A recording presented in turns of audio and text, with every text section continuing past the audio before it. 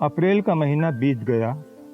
मौसम की तपन ने जितना सताया, उससे ज़्यादा मन को झुलसाया विछोह की खबरों ने। इस बार अप्रैल का महीना खूनी महीना साबित हुआ। अप्रैल में जितने परिजनों, आत्मीयजनों, मित्रों, प्रिय कलमकारों और कलाकारों के निधन की खबरें मिलीं, उतनी इसके पहले जिंदगी में कभी किसी एक महीने में नहीं मिली थी। मध्य प्रदेश के किंग मेकर नेता महेश जोशी चले गए। मैं रश्मि बहन से फ़ोन पर बात करने की कोशिश करता रहा, लेकिन फ़ोन लगा ही नहीं।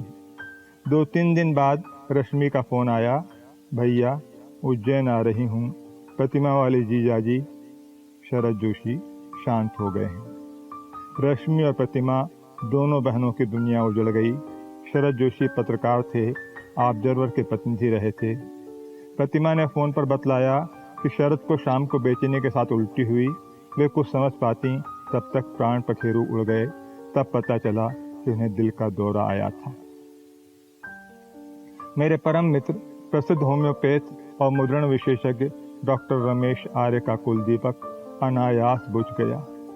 उनके बेटे कुलदीप को रात को सर में दर्द था, सो गए पर सुबह फिर उठ ही नहीं पाए।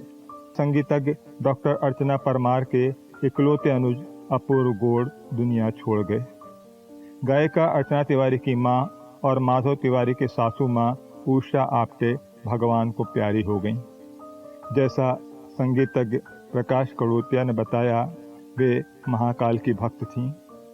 युवा संगीतज्ञ जयंत कोराने ने पहले अपने पिता को खो दिया और फिर खुद भी संसार छोड़ गए।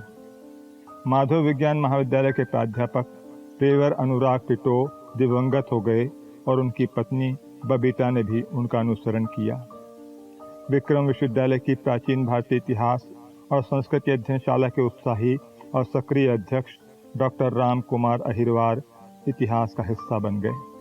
उज्जैन के इतिहास के बारे में मशवरा करने के लिए वे अक्सर मुझसे मिला करते थे और प्रकाशन से पहले अपनी पुस्तकों की पांडुलिपियां भी दिखलाते थे। अपनी अध्ययनशाला में डॉक्टर भगवत उपाध्याय के कृतित्व पर व्याख्यान के लिए भी उन्होंने मुझे आमंत्रित किया था। भोपाल में मध्य प्रदेश के प्रख्यात रंगकर्मी सतीश मेहता दुनिया के रंगमंच से चले गए। जब वे इंदौर में थे तब श्रीनगर कॉलोनी में मेरे आत्मीय डॉक्टर शैलेंद्र भंडारी के पड़ोस में रहते थे। डॉक्टर भंडारी ने ही उनसे पहला परिचय कराया था। अनेक नाट्य समारोह, संगोष्ठियों आदि में उनका साथ रहा। भोपाल में जब अखिल भारतीय युवा उत्सव हुआ था तब वे मेरे साथ सह निर्णायक थे। वे दिन भूलते नहीं हैं। रंगकर्मी और नाट्य संयोजक गुलाब सिंह यादव साथ छोड़ गए। उनके साथ अनेक दशकों का नाता रहा। जब मैं फ्रीगंज में बेताल मार्ग पर रहता था तब उनका घर सामने ही था। कालिदास अकादमी में हम वर्षों तक साथ साथ सक्रिय रहे। एक और वरिष्ठ रंगकर्मी और साहित्यकार हरीश भैया डॉक्टर हरीश पाठक अलविदा कह गए। उनसे करीब आधी सदी से रिश्ते रहे। राजेंद्र गुप्त के निर्देशन में अंधा युग, आधे अधूरे और बीवियों का मदरसा के नाट्य मंचन में तो हम बेहद करीब आ गए थे। 2 साल पहले उन्हें आस्था समाज रचना सेवा अनुसंधान संस्थान द्वारा प्रोफेसर नवीन डेविड की स्मृति में नवीन रंगश्री सम्मान से नवाजा गया था। ये उनकी किसी सार्वजनिक कार्यक्रम में शायद आखिरी हिस्सेदारी थी और यही उनसे मेरी अंतिम मुलाकात भी थी।